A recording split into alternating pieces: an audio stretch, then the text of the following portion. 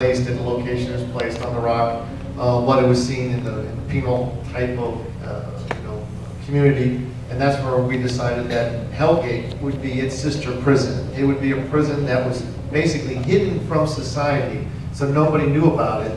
But if you were bad enough and basically assigned to go there, it was a place that was basically run by a huge disciplinarian with Warden Strickland. His favorite way to penalize, or at the same time discipline, his inmates was the Old Smoky. Old Smoky, for us, was kind of the pivotal point within the haunted house. We had purchased a wonderful electric chair mechanical prop. And it was very violent, very animated. The thing would, when it would basically go through its effects, it would smack its feet, and it would bang, bang, bang, and the head would go, and then it would actually have smoke, and then we actually designed this whole execution chamber that you would actually make your way around in the house and go through and see this. We built it with glass, basically plexiglass windows that surrounded it, so you actually did almost like a full 180 around the room, all focused on this big mechanical effect. Great sound effects with it, great stuff, and the whole house was written to the story of Old Smoky. Warden Strickland, he was such a model warden that actually the audience now has, basically the general public at this time, was now offering tours to go look at this model facility and how well it was actually either rehabilitating the inmates or at the same time giving them, as he put, their just rewards. So we had actually, the whole story was that you were going on a tour of the prison. And of course, in our stories, something always goes terribly wrong. And of course, there's a prison riot that you're in the middle of. So you're making your way through the house, all this stuff is happening. You get to the electric chair room, and you have this wonderful effect that happens nightly. And for us, most of everything that happens, our event has to happen quite frequently because the number of people that make it through our haunted houses, it is like what we call a constant flow of people. So this effect, where in other locations, would maybe happen and have a chance to basically reset and then redo it again. Well, not in our locations, it happens consistently. Well, about the second weekend end, I think, we get the phone call, because usually they call us, because they ask if something's broken, how they fix it. We get the phone call, and it's like, yeah, the guy on electric here, yeah, he lost his head. Head fell off. What? They said, well, it's just so violent, and the head came off. We're like, oh, okay, sure, well, we'll screw it back on. We're like, sure, okay, so they screw it back on. 2 days later, head fell off again. And when we say head falls off, everybody's probably imagined it's just, no, actually, with how violent the thing was and how it would flick his head like this, and it actually threw it to the plexiglass window. So if you happened to be a guest at that time, you got an extra treat. Yeah, I mean, really cool, man. This thing is just throwing its head at me. Wow, what happens next? 5 technicians run in and start to duct tape the thing back on. Last one more time. And then it kept going the rest of the night without a head, And they would call me and I'd go and I'm like, oh, what are we doing now? So we tie it and strap it and duct tape it and sew it, and it just kept flying up. So finally we built a big bag and we strapped it down with a head in a bag, So, and sometimes we play all these wonderful stories, but sometimes things just happen. We gotta figure out ways to deal with it too. Yeah, you got a question? Over the years, I've enjoyed the houses that were based on things that we're familiar with, like prisons or hospitals, mental hospitals, things that we've all seen and been in, as opposed to things like, Godzilla or giant tarantulas, something that's really fake. But I think the things that we've all seen, that we can dream about, and we're familiar with the situation, scares me. It's more feedback than a question. It's just kind of an idea that situation you're familiar with scare me more than cemeteries. Yeah. Scare me more than anything that I can be like, oh, this is fake, this couldn't really possibly happen. But places I've been and things I've seen are scarier. No, I agree. And basically what he was saying and what he feels has actually been very effective is a lot of the stories that we tell at Universal are actually the real places, cemeteries, funeral homes, psycho wards, haunted houses at the end of the street. We did Dead End a few years ago. And we feel the same way, exactly. A lot of creating these types of stories that we want to really, affect you in a good way, is about stuff you want to be familiar with. If we have to take you to places that you've never been before and really try to tell you what you need to be afraid of, that's a lot more work than we're actually kind of capable of doing in the short time that you come to this show. So by putting you in environments that you already have some sense of concern, some sense of already fear, or even some knowledge of having either experienced something like this, is a first place for us to start. Then our next step that we take is to also put you in front of characters that you might think definitely could be real. There's a bit of fantasy in there, but our job as storytellers is really to kind of take you over that threshold. Once you enter the world of a haunted house or a haunted attraction at Halloween Horror Nights, these guys have done a phenomenal job to make you really feel like you've been transported to a place that actually is real. It has smells, it has sounds, it has characters that might not be something that is real, but it definitely feels like it because you can see it, you can smell it, you can actually, hear it. And that bit of that threshold of fantasy to reality is kind of a journey we take you on. And you guys definitely going in Willany. Over here. But it is what we have really come to enjoy, is that imagination that you come to our event with and actually partake in really kind of your own, kind of journey in itself, to come in contact with these environments, these characters, and actually, kind of test your own fears a little bit. We kind of say it's almost like it's a roller coaster, on the ground. You make your way through, peaks and valleys. Most people will do it because they love it. Some people will definitely do it because they have fears of it and they want to overcome them. Some people do it just to watch the reaction of the guests they're with, which we see a lot of that. But it is fascinating to watch not only the journey that we put you on, but the journey that you take too. We spend a lot of time at the exit, watching our audience exit the house, and you'll see this immediate kind of reaction where they might come running, screaming, and 2 seconds after that, they start laughing. And you say, really? You're like, yes. And it's an amazing, flip of emotion from, for a second, that they thought that, oh my God, that creature was real, that monster's gonna get me, I'm in fear of my life. And when they step outside of that environment and they realize that they're back in the world of Universal Orlando's theme park, they take that second of a breath and they kind of go, well, that was a lot of fun. And they laugh about it, like I said, or the person who's watching the other people scream, they're laughing the whole time all the way up. But it is, it's a wonderful journey and a ride that we love, putting you guys on. There is another element to that too, and that is that technology is advancing to a point where we can do things now that we couldn't do just a few years ago. And whether it's video projection or new audio systems or new materials that are lightweight that allow us to manufacture effects that we couldn't do years ago, now we can. And of course, the success of the event has allowed us some more funding to experiment and do bigger and better things. I was going to, just real quick, just to jump on that, the last part of that statement was, we love doing, like you said, doing environments that are already familiar with the guests, a hospital, a darkened alley, something like a prison. One, it makes our job a little easier because there's a shorthand to the audience right away. But the other type of house that we like to do, and actually usually rates higher from the scare standpoint, are the ones that people have no idea what the hell they're getting into.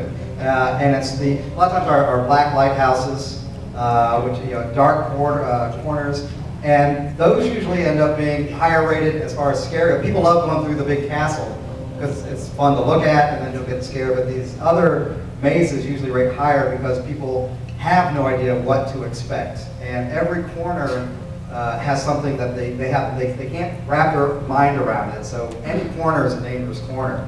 And those are the fun ones to watch people go through because, again, you have no idea what to expect, what they're going to see, and it's a lot easier to scare them in those houses.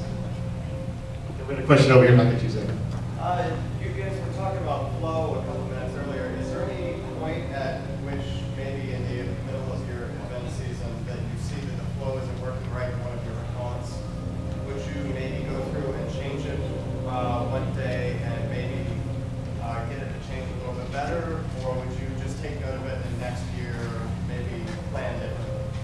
Okay, the question was, is that as we talked about the flow of a haunted house, and his question was about the middle of the season, do we look at, maybe about 2 weekends, do we look at it, do we monitor it, and do we adjust it to make it more successful? Or do we just take note and move into next year?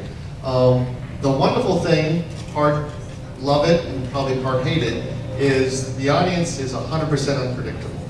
Our job as designers and storytellers is to try to understand that as best as possible. The environment that we create has really no control over what you do in that space. You can jump up and down, you can roll around on the ground, you can stop, curl up in a fetal position there, and we've seen all of that before. But for us, a lot of the design of how we tell the story, from the characters that you come in contact with to how the lights, the special effects, the audio works, it's all about moving you through the space. So you see these areas of excitement and then you move on. We don't want you to stop and wait there. We want you to continue to move. So by nature, we're always out there tweaking and adjusting. I tell a story, which I love to tell, which is we have partners in design with what's called Universal Creative. They actually design the ride attractions, the Rip Ride rockets, the Transformers that just opened. I jokingly tell them, I said, they have an easier job than we do. And they look at you like, what are you talking about? We're designing multi-million-dollar things. They got ride cars and technology. I said, yeah, but when you put your guest in the seat, you design it to exactly look where you want them to look. You give them the sound exactly when you want to give it to them. And their environment is pretty much driven by what is the point of view that you 100% control, not us. We put you in a haunted house, you can look at the ceiling the whole time if you wanted to. Most people look at the floor because they don't want to look up. A lot of people look at the back of the person in front of them because, again, they don't see. So they miss a little bit about what we want to see. But the point is that we have to design for that. We have to design to really make you look the place you need to look or distract you away from where you're not looking. To tell the story and then to actually monitor it. So when we start our event, it will change and evolve over the 4 to 5, this year is 7 weeks actually, because it keeps changing a little bit. And it changes for 2 reasons. One is the performers start to understand the guest. They start to realize that how you react within the space, they actually are our best tool to scare you. The performer actually can adjust in a millisecond, where a mechanical effect cannot. Mechanical effect will always operate and basically affect you the same way, where a performer won't. If he sees you walking in the room and you're hesitant at any moment second, they know that's a great way to go attack. If you're bold and they might use you as a distraction and scare somebody else. So again, it's a great way to adjust. So to answer your question is that yes, we adjust it, we change it weekly, daily, hourly. We have people that's monitoring the house for performance coaches that deal with our actors from the technical side of the house that make sure that the sound is where it needs to be. And if we're learning stuff from our audience, from either how they react or also how they post online, I won't point anybody out. We pay attention to all of that because that definitely makes the product better for everybody, and that's the goal too. So. To add to that, you were saying, then next year, do we take note of what worked and what didn't? And the answer is absolutely yes, every year. And just like we won't do something again that didn't work, we're not above using the exact same arrangement and gag again if it worked really, really well, and just putting new clothes on it and rearranging it. And the people that may or may not recognize it as a similar layout as the year before. But if something works, you don't not do it just because you already did it. Do it again. Do it again. Listen, if you're in one of the soundstage haunted houses, look up. Yes. Don't look down, but look up. You'll see there are catwalks above the entire house, and there are people up there watching minute by minute to see if there are safety issues, to see if there's flow issues. Spend too much time up there during Halloween Horror Nights. Or just to laugh. Or just to laugh at the people going there. Personally, I mostly just go through touching everything, seeing how you guys did on this. Next time, look up. It's you who do that, okay. What's your question over here? Yeah. Y'all, I should know this, but who is Cary, Ohio? And I have Cary, Ohio, and I've not seen Cary, Ohio this year. you. Well, wait for it. Wait for it. And everything's on how you deliver the story too. Yeah. Let me go back to your. I'm going to ask. See, the question here. We'll come back to your. Yes, is there a certain requirement that, such as an inmate, that you have to have, like, grow out a beard or look like a prisoner? Oh, for me, Oh, For no. casting, people are typed out. Either you need to be unusually tall or big or short, small, childlike. But if you're a woman and willing to shave your head, we have roles.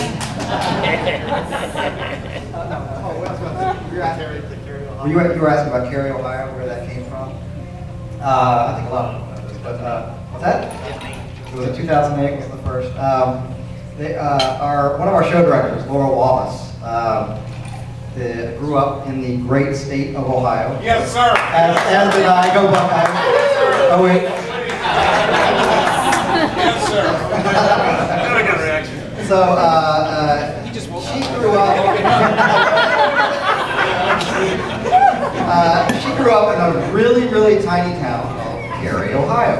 And jokingly one year we just wanted to set, I don't know what the first incarnation was, a schoolhouse? No, it's Schoolhouse. Schoolhouse. I did a Schoolhouse, took and we place placed it in Cary, Ohio. And just as Stephen King had Castle Rock as one of his go-to towns, over the years we've just started setting different things. We've adopted the town of Cary, Ohio.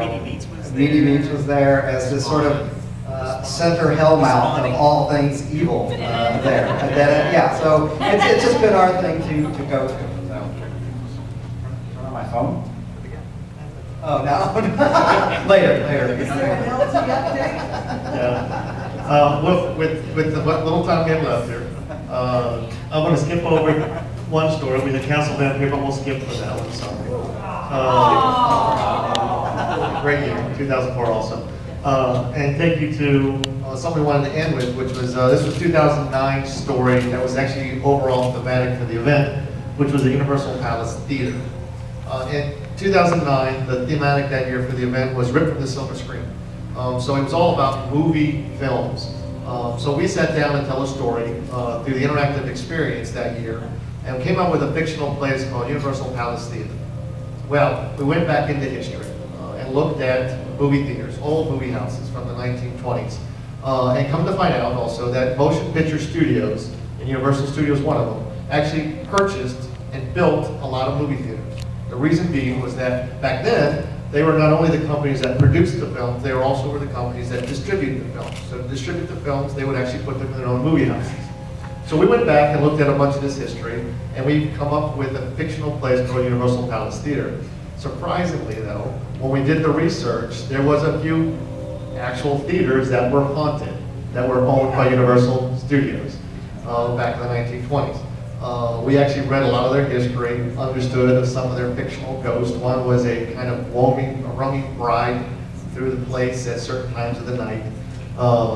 Interesting, the history continued is that about the, I want to say like the 1940s, don't quote me on my dates because the end is 2009, is that Universal at that point actually had progressed a lot within the theaters, actually tried to do a lot more with sound and sound design, but they also got out of the theaters, sold the theaters, and actually, you know, kind of turned them over to other people. So what we did is we sat down to Rick's point, took a little bit of fact and became fiction.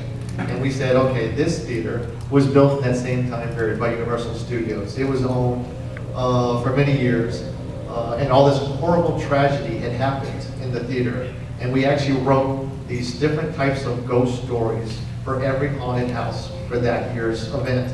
So we had a haunted house, that year we had the House of Dracula, we had Frankenstein, yes, the Spawning and stuff. And so each different types of people who went to the theater had horrible occurrences at the theater, and their stories lived on. If you had a chance, or had not, you should take a walk over to the exhibit, because part of the theater is actually now on display, and it shows you a little bit of the stories that we wrote. That year we also built, it was actually an 8 by 8, 8 foot by 8 foot model, physical, you know, half-inch scale model, to actually give our audience a chance to actually go to this kind of fictional theater and learn all about these kind of horrific stories. It was told in a way, this is what's actually so fun, that year it was told in the way of a museum exhibit. And funny that now, these many years later, it actually is in a museum exhibit. But it actually classified each of these strange occurrences. And of course, the theater was in Cary, Ohio. But each of these different people had come and somehow had some terrible things. And funny that, again, back to truth become fiction, is that in our theater, we did have a bride who showed up, supposedly she was drained of all her blood, and now is a ghost within the theater that roams the theater. So it kind of mimics some of the stuff that we found in some of our actual history that Universal had. So again, fun stories to tell, to bring them to life and actually use a lot of what's out there in the real world history to tell an interesting story. Yeah, but everything we're doing this year is real. Before we close, though, we wanted to see if there's any last questions or stuff that we can answer for you guys. I did want to say we've enjoyed our time here with you to talk a little bit about the stories. The reality is, as much as we get into this window of you got from this time to this time, we could probably be here all night because we have fun stories to tell. We enjoy actually talking to you guys. It is a part of what we love to do. You know, when creating the product for ourselves is not why we do this job. We create the product for the audience that actually enjoys it, experiences it, you know, gets thrilled by it, is, you know, joyed by it, definitely gets scared by it. You're yourself. I do it. Yeah, me too. He doesn't know himself, actually. Can I go to Ohio? Can I get Ohio out of you? Yes.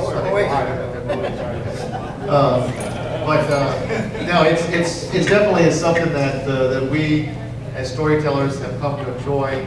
And a lot of it, surprisingly too, is that by talking to you guys, by interacting with you guys, you tell us sometimes your stories, and sometimes a piece of that component, a character that you might have recognized or was afraid of when you were younger, gets wrapped into a story that happens in Halloween. But we will not pay you for it. My legal counsel. But no, I said, thank you. Thank you, guys.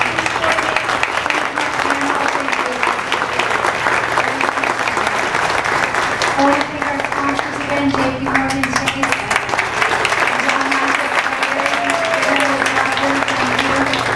and I want to thank each of you again for coming.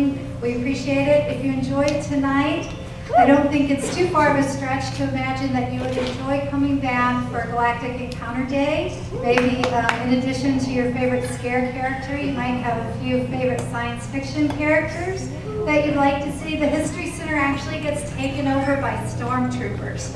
And this year, I'm going to tell you, this year, for the first time, we're taking Galactic Encounter Day to Galactic Encounter Days. It's been so popular. That's Saturday, September 14th, and Sunday, September 15th. So please come back and join us then.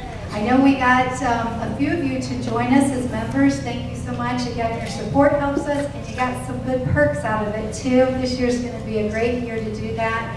If you are considering it, haven't done it yet, I encourage you to support the community. Each year we educate over several thousands of students in the local schools, home schools, and private schools. We also engage and educate families and communities, as I mentioned, from visitors that are from our community as well as from around the world. So your membership helps support all that we do here. You can visit any of the staff here tonight, or I encourage you to go online, visit our website, thehistorycenter.org. You can learn about membership, you can learn about Galactic Encounter Days, you can learn more about the exhibit that we have here. And again, I appreciate everybody coming out tonight. It's really wonderful to have you, and we look forward to seeing you again.